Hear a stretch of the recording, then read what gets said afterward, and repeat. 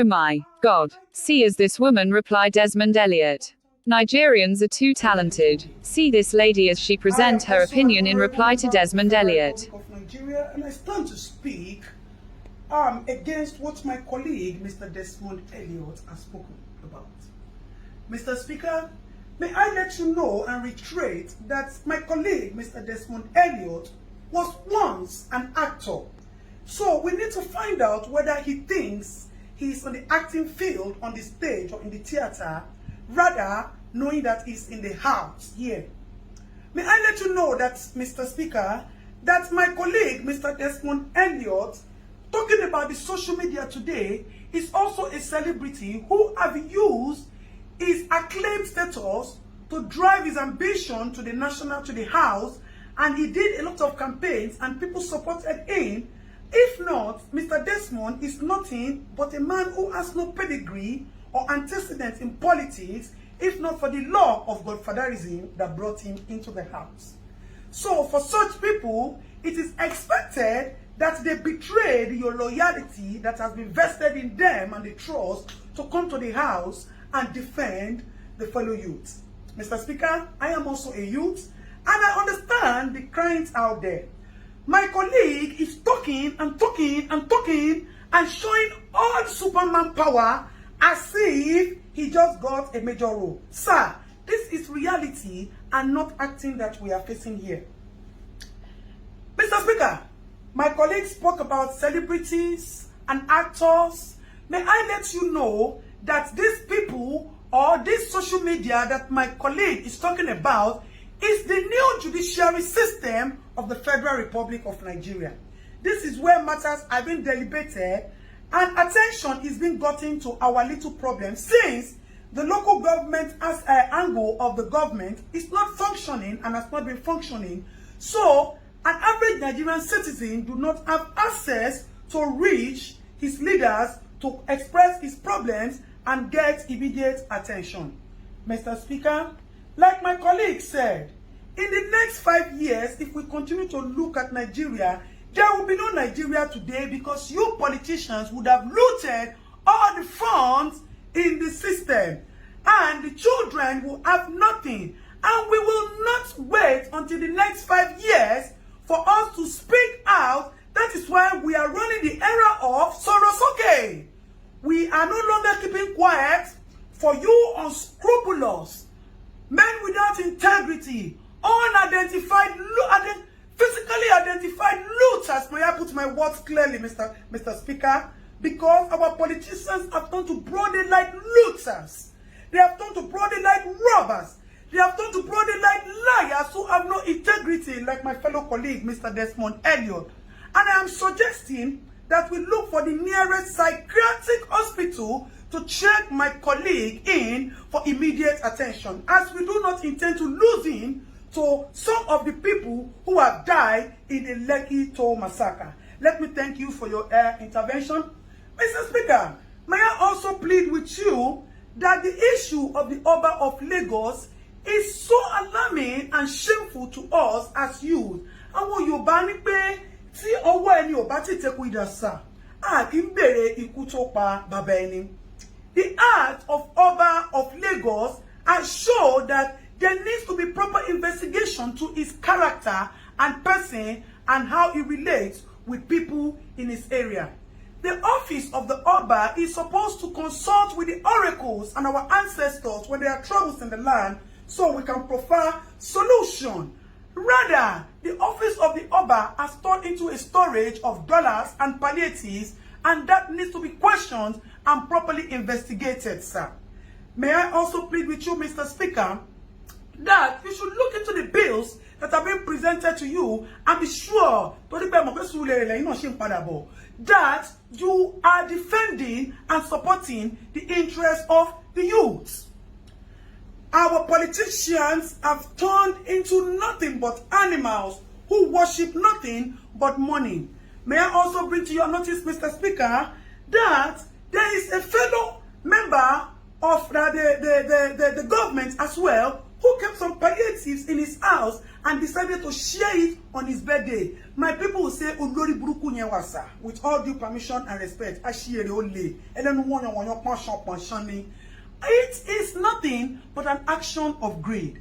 Mr. Speaker, my fellow colleague is addressing we youths as common children.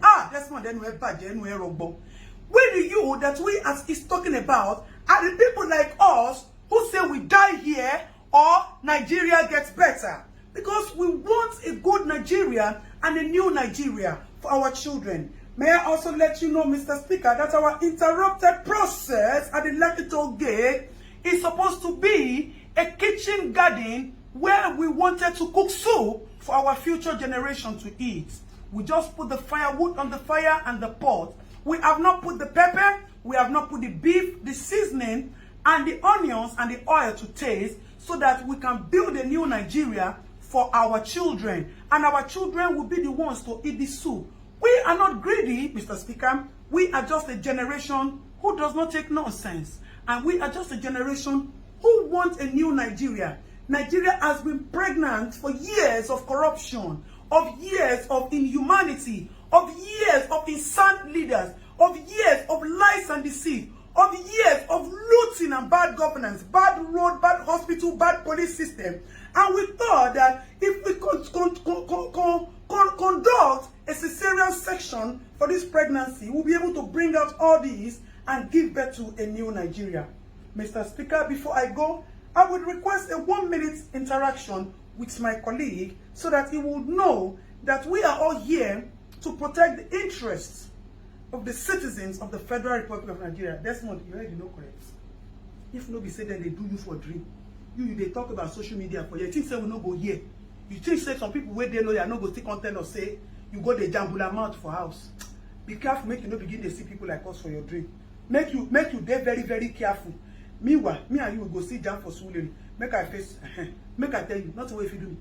But Dabi Amila, Oga, na my baboko. So you know go there, anything will happen to me. You see, say confidence me pogo. Mr. Speaker, thank you very much, sir, for your little 1-minute time. Mr. Speaker, before I go, I would want to plead with you not to sign, to use your good office, not to sign any bill that is against the interest and the benefit of the public. May I also let you know that we seek justice for the people who have been killed. Mr. Speaker, I know that your office still has some powers to do some things because as it is, our governor too looks like he's not okay. He is mentally disabled because today he will say A, tomorrow he will say B. And as my fellow colleague who is not here today said, Papa, he said they have removed the engine, they put B2 tomorrow, and they put DAF next tomorrow. So the engine of our federal governor is not properly okay and also needs to be checked so that we can know the truth of who ordered the massacre killing, why he ordered the massacre killing in Lekki, as there was no iota of crime recorded in the case of Lekki.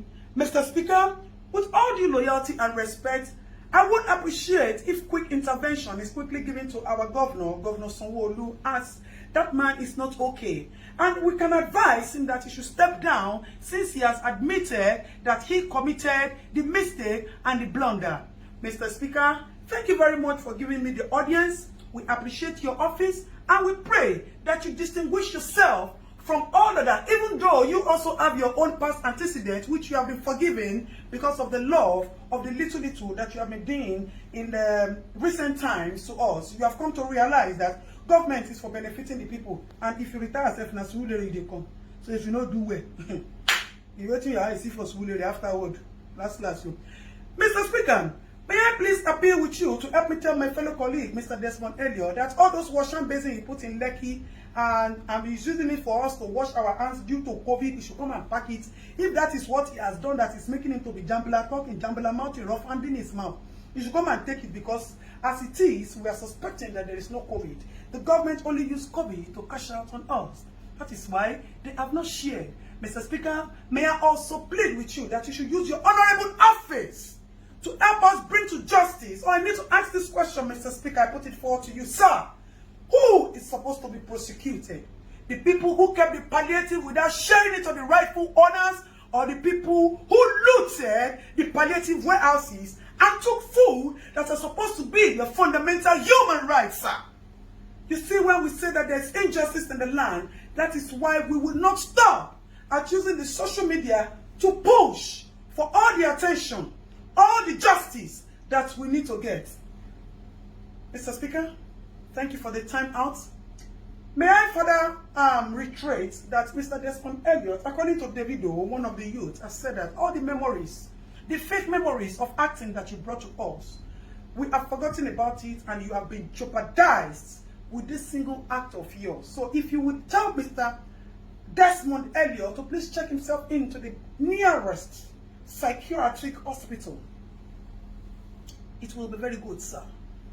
I remain your Honorable Adeton, who stands for nothing but justice for the common man, as I am a common man and a citizen of the Federal Republic of Nigeria. So help me God, sir.